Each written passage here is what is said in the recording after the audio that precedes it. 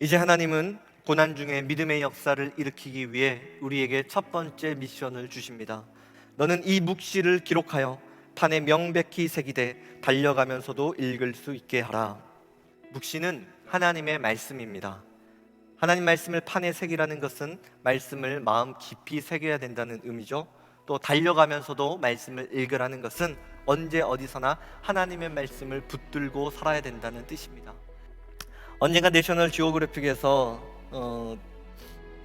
다큐멘터리를 보는데 사자가 나왔어요. 또 초원에서 낮잠을 자고 있더라고요.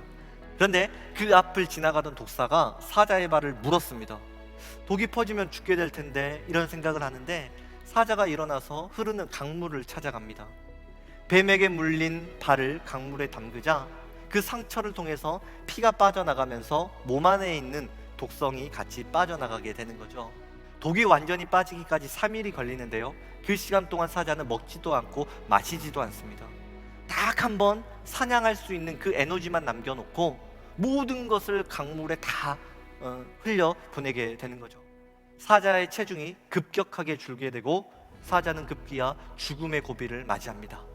드디어 독이 다 빠지게 되는 3일이 되는 날, 사자가 가장 먼저 하는 일은 사냥인데요, 이때 사냥을 하게 되면 놀랍게도 실패하는 법이 없다고 합니다. 백발백중이에요. 맹수의 왕으로서의 진짜 사자의 모습이 되살아나는 순간입니다.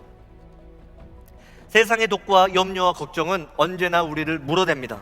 이때 하나님의 말씀의 강물에 인생을 담궈보지 않는 사람은 세상의 도끼가 어떻게 빠져나가야 하는지 그 방법을 찾지 못합니다. 하나님의 말씀은 우리의 연약함, 두려움, 염려를 제거하는 능력입니다. 그 하나님의 말씀 안에서 우리의 인생은 새로워질 수 있습니다. 하나님의 말씀을 나누고 하나님의 말씀을 듣고 하나님의 말씀을 붙잡고 살아가면 믿음의 역사는 펼쳐지게 됩니다. 하나님은 고난 가운데 역전의 승리를 주시기 위한 두 번째 미션을 주십니다. 이 묵시는 정한 때가 있나니 그 종말이 속히 이르겠고 결코 거짓되지 아니하리라. 비록 더딜지라도 기다리라. 지체되지 않고 반드시 응하리라. 하나님은 하박국에게 기다리라 말씀하십니다. 그러나 하나님이 보이지 않는 시간, 기도해도 응답이 없는 시간을 견디는 일은 굉장히 고통스럽습니다. 그러나 고난 속에서도 우리에게 소망이 있는 것은 하나님이 우리에게 기다리라 말씀하실 때에는 반드시 응답이 이루어지는 기다림을 주신다는 사실이에요.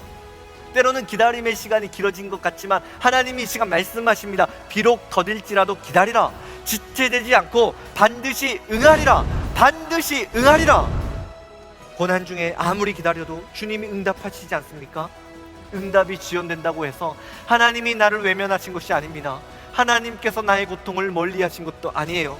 오히려 고난 속에 찾아오는 하나님이 주시는 기다림의 시간은 하나님이 나를 위해 가장 열심히 일하고 계시는 시간입니다. 이제 하나님은 최후의 승리를 주시기 위해 마지막 세 번째 미션을 주십니다.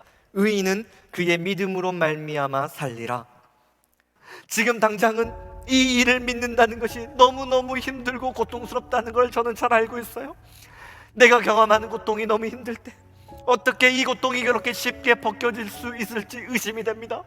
그러나 우리 아버지 하나님 계시는 그 새 하늘과 새 땅에 들어가게 될 때 전부 씻겨질 것이라고 하나님이 이 시간에 약속하십니다. 믿음을 붙잡고 이 고난의 터널을 지나간 사람은 하나님의 사랑을 배우게 됩니다. 믿음을 붙잡고 상처의 터널을 지나간 사람은 주님의 마음으로 용서하는 법을 배우게 됩니다.